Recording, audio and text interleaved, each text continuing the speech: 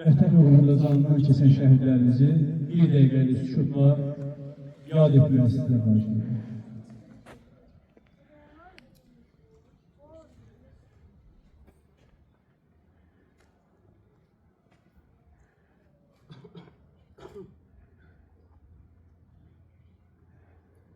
Allah şəhidlərimizi rəhmət eləsin. Ruhları şad olsun. İndi isə dövlət himnimizlə tədbirimizi açıq elan edirik.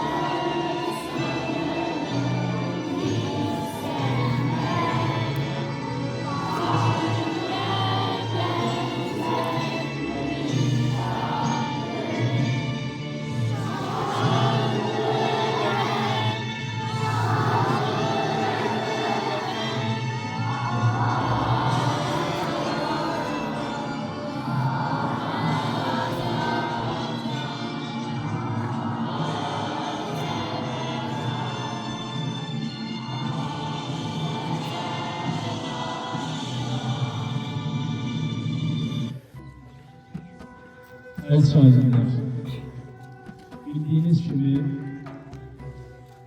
Azərbaycanın uzun müddət 20% torpağı işğalındadır. Bu işğalçılığın fəaliyyəti 1988-ci ildən əslində başlamışdır. Qonşuluğumuzda olan, amma mənfur düşmən olan ermənilər hər zaman Azərbaycana qarşı, Azərbaycan torpaqlarına qarşı ərazi iddiasında oldu.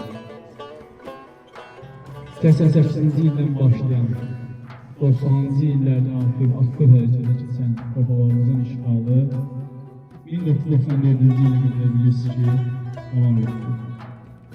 Və sonradan Ulu Öndər Heydər Əliyevin Zorlayan siyasəti nəticəsində atəşkəs elan oldu. 30 ilə yaxın Azərbaycan torpaqları işğal altında oldu. Bu müddət ərzində, bu tarix ərzində Azərbaycanın özələ o torpaqlarının ilərgin düşmüş 1 milyona yaxın qaçqın oldu. Əzablı həyat çəkdi. Minlərlə bu torpaq uğrunda şəhid verdik. Minlərlə yaralımız ağzımız oldu. Amma mənfur düşmən öz təxribatlarından əl çəkmədi. 2020-ci ilin iyul ayının 13-sində düşmən yenidən ərazi iddiası ilə təxribat törətdi. Və bilirsiniz ki, o dövrdə Polad Həşimov generalımız, səngərdə olan generalımızla bərabər bir çox şəhidimiz oldu. Və beləcə bu Azərbaycanın hiddətinə səbəb oldu. Və 2020-ci il sentyabrın 27-sində düşmənin yenidən Azərbaycan sərhədlərində müharibə zonasında 10 milyon digər yaşayış məntəqələrinə atəşə tutması nəticəsində Ali Baş Komandanlıq Cənab İlham Əliyevin tapşırığı ilə əks sözünün başlanması və Azərbaycan beynəlxalqların ərazilərinin bərpa edilməsi üçün əks sözünün əməliyyatının başlanması tapşırılır və İsveç səfərbərliyi elan oldu. Artıq sentyabrın 28-də İsveç səfərbərliyi elan oldu. Minlərlə gənc, əlinə silah tutan, hətta deyərdim ki, yaşlı dərvələr nümayəndələri belə görərək hamı döyüşə qatılmalısıdır. Hamı könüllə, qəlblə vətənin müdafiəsini qatılmalısıdır. Və beləcə hamı silaha sarıldı. Vətən döyüşləri başlandı, vətən müharibəsi başlandı. Düzdür ki, 7 sentyabr Azərbaycan xalqının ürəyi yandı. Şəhidlərimiz çox oldu. Belə otaqlarımızda adlarını verdiyimiz Ali Rızalı, Ruslan Zəfərli və 3000-dən çox şəhidimiz torpaqlarımızın azadlığı, suverenliyi uğrunda canlarını fəda etdilər. Vətən uğrunda bir adım belə geri çəkilmədilər. Ölümün üzərində yeridilər. Öz ölümsüzlüyünü əbədləşdirmək üçün. Və 27 sentyabrdan başlayan vətən müharibəsi bilirsiniz ki, 44 gün çəkdi. Düşmən döyüş bölgəsində yox, Azərbaycanın bir çox şəhərlərini, bağlısı vəziyyətlərini atəş atıldı. Bilirsiniz ki, Gəncə həmin atəş balisi vəziyyətinin atılması nəticəsində yüzlərlə insanın ölümünə səbəb oldu. Körpələr həyatını itirdi. Və dünya da buna şahidlik edirdi. Amma Azərbaycan xalqının gözünü doldurmadı. Azərbaycan xalqının iradəsini qıra bilmədi və Azərbaycan xalqı, Azərbaycan əskəri öz sözünü dəfələ deyirdi. Hər gün şad xəbərləri işlədi. Düzdür, ürəyimiz yanırdı, şəhid xəbərləri gəlir. Bax, bu yardımlı olaraq biz buna şahidlik edirdik, hər birimiz. Və Azərbaycanın işğalda olan rayonları Azərbaycan əskərinin şücaəti, Ali Baş Komandanın uğurlu siyasəti, iradəsi nəticəsində 44 günlük vətən müharibəsində düşman işğalından azad olundu. Noyabr ayının 10-da düşmən kapitulyasiya aktına imza atmaq məcburiyyəti qarşısında qaldı və beləcə öz məğlubiyyəti ilə barışdı. Dünən Birləşmiş Millətlər Təşkilatının Assambleyasında Azərbaycan Respublikasının prezidentinin çıxışı oldu. Yəqin ki, hər günündə tutulmadı. Bu günə qədər, daha doğrusu 44 günlük vətən müharibəsinə qədər Azərbaycan bütün yüksək tribunlardan haqq səsini ucaldırdı. Amma nədənsə dünya özünü karlığa qoymuşdu. Bizim haqq səsini heç kim eşitmək istəmirdi.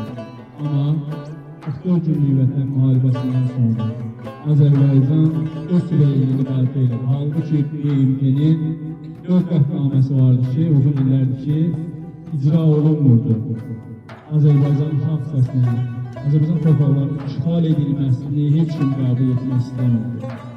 Hətta bu Azərbaycan Ermənistana qarşı hər hansı bir təcavüz göstərib deyə Amerika Birləşmiş Ştatları tərəfindən 907-ci düzəliş işə düşdü. Bundan başqa, amma 44 günlük vətən müharibəsi Azərbaycanın dostu kimdir, düşmanı kimdir?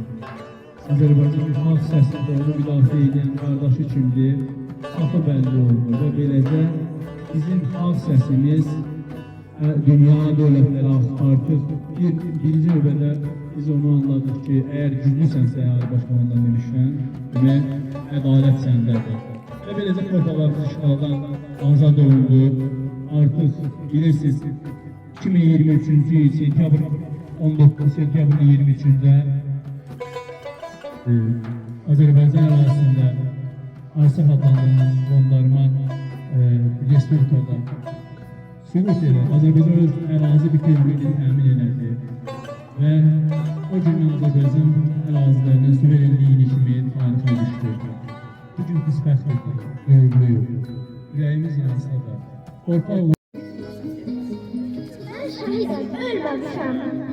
Küləşlərə qarışmışam. Vətənimin havasına cismim köçüb bu dünyadan, ruhum hər an sizinlədir. Şirin bir xəyala dönüb, kim məni arzulasa, girirəm onun yuxusuna. Mən şəhidəm, ölməmişəm, ruhum hər an sizinlədir. Əsərlərdə, filmlərdə yaşayıram, qəzəllərdə, şeirlərdə yaşayıram. Mən şəhidəm, ölməmişəm, könüllərdə yaşayıram. Hatırlasına qurban yemişəm, gözümü sabartışdı şəhidlər. İsrəci bayrağı öz qanlarıyla vətən torpağına səçdi şəhidlər. Gözdə həsrətən, gözdə hər şeyə, İsrəci bayrağı İnsanlar öz gülləriyle, millət olan şəhərlə, torpağın tutduğuna ağırlığı, torpağın nəsərləriyle azadlıq dumunu eşit şəhidlər. Çok sağ olun, güzel adamlar. Onlar bir tarih yazdılar. Onlar sizler için geleceği bir nümunə gösterdiler. Ola bilərdi o münaqişə 2020-ci ildə olmazdı. Tarix elə bir dönəm yaşanardı ki, sizlər o döyüşlərin iştirakçısı ola bilərdiniz. Amma onlar öz qanlarını fəda etməklə, bax sizlərə parlaq gələcək, xoşbəxt gələcək firavanlıq qoyub getdilər. Və ona görə bizim hər birimizin borcudur ki, şəhidlərimizi heç zaman unutmayalım.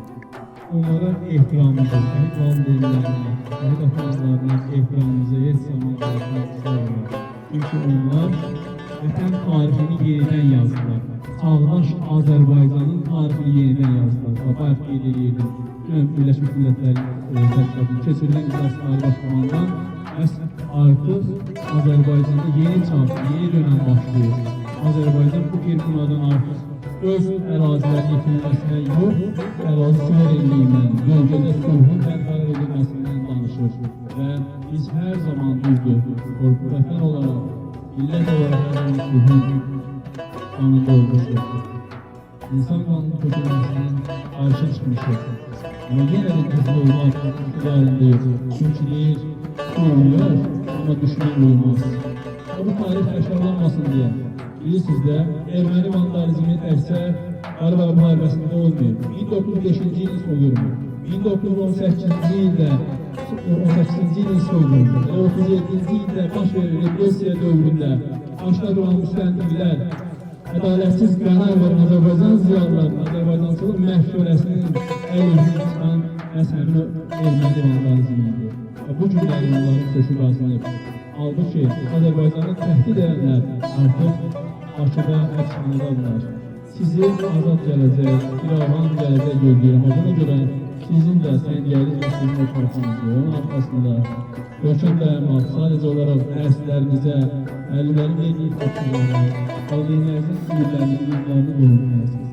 Allah şəhidlərimizə rəhmət eləsin, ruhları şad olsun.